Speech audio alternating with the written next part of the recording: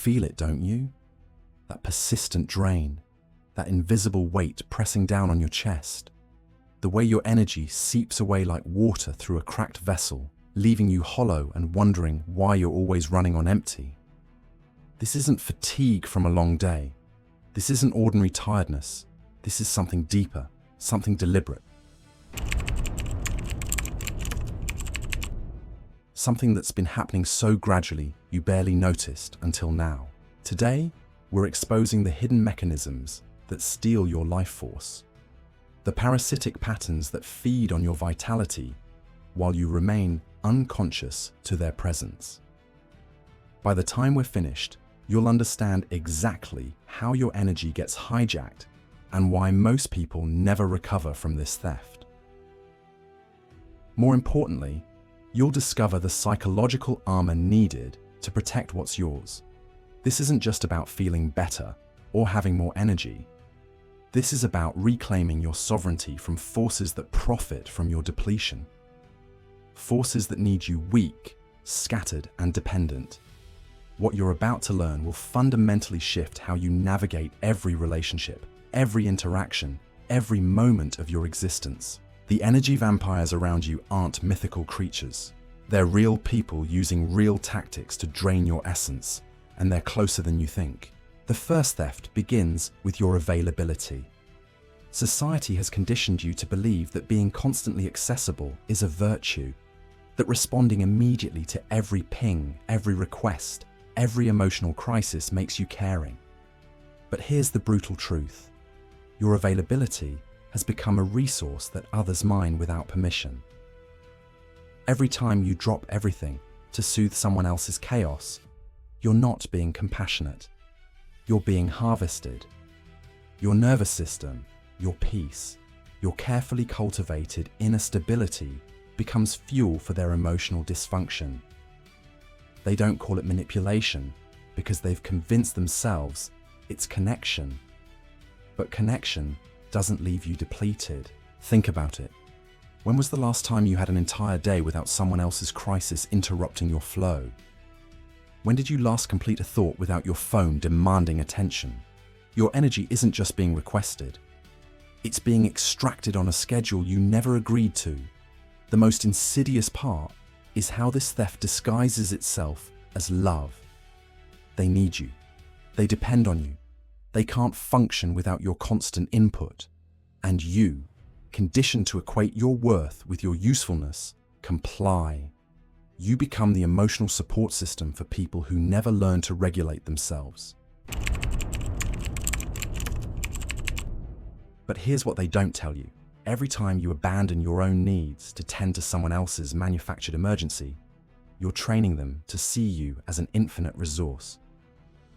You're teaching them that your time, your energy, your peace of mind exists for their consumption. This creates a psychological dependency that masquerades as intimacy. They're not connecting with you. They're connecting with your function. The version of you that fixes, soothes, and absorbs. Remove that function and watch how quickly the relationship changes, because what they love isn't you, it's what you do for them. The second mechanism of theft operates through emotional contagion. Your nervous system, designed for survival, naturally attunes to the emotional states of those around you. This was useful when humans lived in small tribes where emotional alignment meant physical safety. But in modern life, this same mechanism makes you vulnerable to energy parasites. When someone brings their chaos into your space, your body responds as if their crisis is your crisis. Your heart rate elevates, your breathing becomes shallow. Your mind begins racing to solve problems that aren't yours to solve. Within minutes, you've absorbed their emotional frequency and begun vibrating at their level of dysfunction. This isn't empathy. Empathy involves conscious choice. This is emotional hijacking. Your system gets pulled into their storm without your permission, and suddenly you're carrying stress that doesn't belong to you. You're processing trauma that isn't yours. You're solving problems that existed long before you entered the picture. The most dangerous part is how natural this feels. You've been conditioned to believe that feeling others' pain deeply makes you a good person, that taking on their emotional burden proves your capacity for love. But this is a lie designed to keep you depleted. Real love doesn't require you to drown in someone else's emotional chaos. Real love maintains boundaries. Real love says, I see your pain, but I won't let it become my pain. Because when you lose yourself in someone else's dysfunction, you can't actually help them. You just become another casualty of their unresolved wounds. The third theft happens through your need for approval. From childhood, you learned that love was conditional, that acceptance required performance, that your worth depended on how well you met others' expectations. This programming created an internal void that constantly seeks external validation to feel complete. Energy vampires exploit this void with surgical precision. They offer just enough approval to keep you hooked, then withdraw it to maintain control. They praise you when you comply, then become cold when you assert boundaries. They make you feel special, then subtly indicate that specialness depends on your continued service. This creates an addiction to their validation. You begin monitoring their moods, adjusting your behavior to maintain their approval, sacrificing your authenticity to keep their positive regard. Your decisions become filtered through their potential reactions rather than your own inner wisdom. The psychological manipulation is sophisticated.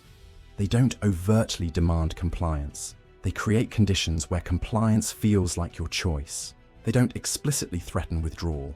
They simply become less available when you don't meet their unspoken expectations. You find yourself working harder and harder to earn something they never intended to give freely.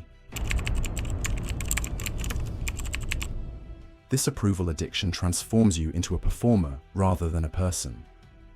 You lose touch with your genuine preferences, your real needs, your authentic voice. Instead, you become a shapeshifter, constantly morphing to match what you think others want to see. The fourth mechanism operates through guilt and obligation. Energy vampires are masters at rewriting history to position themselves as victims of your boundaries.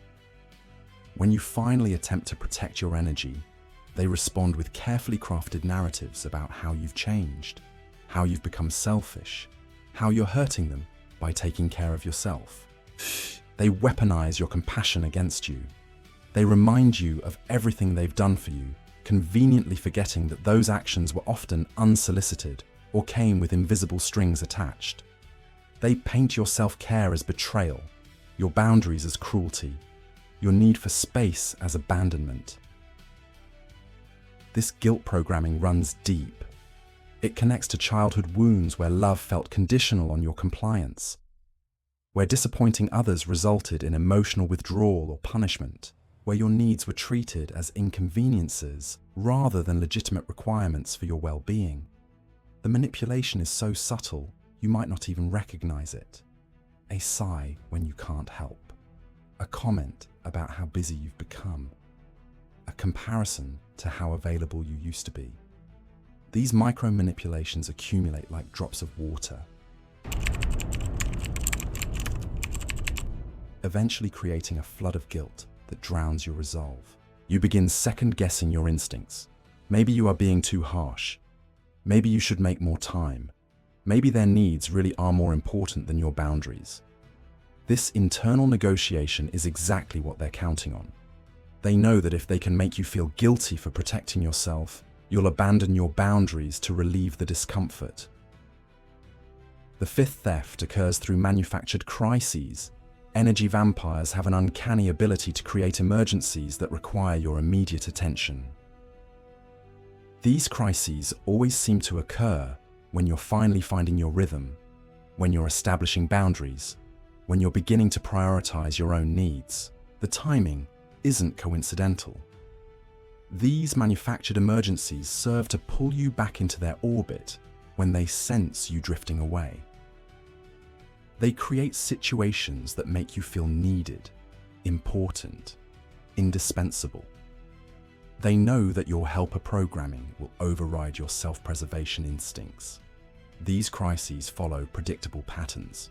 They're always urgent, but rarely truly important. They require your specific skills or attention. They can't wait until a more convenient time. And somehow, other people who could help are mysteriously unavailable or inadequate.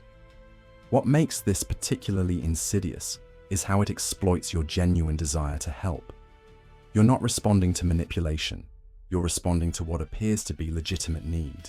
But when you step back and examine the pattern, you'll notice that these crises are cyclical, that they always seem to involve the same people, and that they conveniently resolve once you've been pulled back into their emotional ecosystem. The manufactured crisis serves multiple purposes. It reasserts their importance in your life. It demonstrates your value to them. It creates a trauma bond where you become invested in their well-being. And it establishes a precedent that their emergencies take priority over your boundaries. This is how your life force gets stolen, not through grand gestures or obvious attacks, but through 1,000 tiny compromises, through the gradual erosion of your boundaries until you no longer remember where you end and others begin, through the slow replacement of your priorities with their needs until your own desires become foreign to you. The theft is so sophisticated, so gradual, so wrapped in the language of love and connection that you participate in your own depletion. You hand over your energy willingly, believing you're being virtuous, not realizing you're being consumed. But awareness is the first step toward reclamation. Now that you can see the mechanisms, you can begin to interrupt them. The question is, are you ready to stop being a resource for others' dysfunction and start being the guardian of your own energy? The moment you decide to reclaim your energy, the real work begins. This isn't about cutting people off or building walls. This is about becoming energetically sovereign, about developing the internal architecture that makes you immune to manipulation while maintaining your capacity for genuine connection. The first principle of energy protection is radical self-awareness. You must become intimately familiar with your energetic signature, how you feel when you're centered versus when you're being drained. Most people operate in a constant state of low-level depletion, so they don't recognize when they're being harvested. But once you know your natural frequency, you can detect when it's being disrupted. Start monitoring your energy levels before and after interactions. Notice which people leave you feeling expanded versus contracted. Pay attention to the subtle shifts in your nervous system when certain names appear on your phone. Your body is a sophisticated detection system for energy vampires, but only if you're listening. The second principle is strategic unavailability. You must break the conditioning that equates accessibility with virtue. Your energy is not a public utility. Your time is not community property. Your emotional bandwidth is not a shared resource. These are precious commodities that require conscious allocation. This means letting calls go to voicemail, delaying responses to non-urgent messages,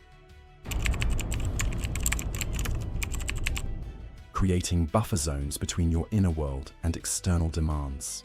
You're not being cruel, you're being strategic. You're protecting your most valuable asset from those who would squander it. The third principle involves emotional boundaries. You must learn to feel without absorbing, to witness without carrying, to care without drowning. This requires developing what psychologists call emotional differentiation, the ability to remain yourself in the presence of others' chaos. When someone brings their storm into your space, you don't have to dance in their rain. You can acknowledge their experience without making it your experience. You can offer support without offering your nervous system as a sacrifice. You can be present without being consumed. The fourth principle is approval independence. You must sever the connection between your self-worth and others' validation. This doesn't mean becoming cold or indifferent. It means recognizing that your value exists independent of external confirmation, that your worth isn't determined by how well you meet others' expectations. This requires developing an internal validation system that's stronger than any external approval. It means learning to trust your own judgment even when others disagree. It means choosing authenticity over acceptance, truth over applause, integrity over inclusion. The fifth principle involves guilt immunity. You must develop resistance to manipulation disguised as concern. When someone tries to guilt you into abandoning your boundaries, recognize it as an attack on your sovereignty. Their discomfort with your limits is not your responsibility to resolve. Practice sitting with others' disappointment without rushing to fix it. Let them be upset about your boundaries without collapsing under the weight of their emotions. Their feelings about your self-care are not your burden to carry. This is perhaps the most difficult skill to develop, but it's essential for energy protection. The final principle is pattern interruption. You must break the cycles that keep you trapped in energy-draining dynamics. This means refusing to participate in familiar scripts. When someone attempts to pull you into their drama, you don't take the bait. When they manufacture a crisis, you don't rush to rescue. When they withhold approval, you don't chase it. This pattern interruption initially creates chaos in your relationships. People who have benefited from your energy will resist these changes. They'll escalate their tactics, increase their demands, amplify their neediness. This is what therapists call an extinction burst, a final desperate attempt to restore the old dynamic. But if you hold firm, if you refuse to return to the patterns that were draining you, something remarkable happens. The energy vampires begin to lose interest. The manufactured crises stop targeting you. The guilt trips become less frequent, not because these people have changed, but because you're no longer a viable energy source. What emerges from this process is a life of extraordinary richness. When you stop giving your energy to what depletes you, you have abundant energy for what truly matters. Your relationships become more authentic because they're based on genuine connection rather than utility. Your creativity flourishes because your energy isn't being siphoned away by others' dysfunction. You begin to attract people who value your boundaries rather than resent them, who appreciate your depth rather than exploit your sensitivity, who see your energy as something to be honored rather than harvested. This is the natural result of becoming energetically sovereign. The journey from depletion to sovereignty isn't easy. It requires courage to disappoint people who have grown comfortable with your compliance. It demands strength to withstand the guilt trips and manipulation tactics that will intensify as you reclaim your power. But on the other side of this transformation lies a life of unprecedented freedom. Your energy is your life force. Guard it like the precious resource it is. Because once you learn to protect what's yours, you discover that you have more than enough to give from a place of abundance rather than obligation. That's when you stop being a victim of energy theft and become the master of your own vitality. The choice is yours. Continue allowing others to drain your essence, or reclaim your power and live from your fullness. The vampires are counting on you to choose depletion. Prove them wrong.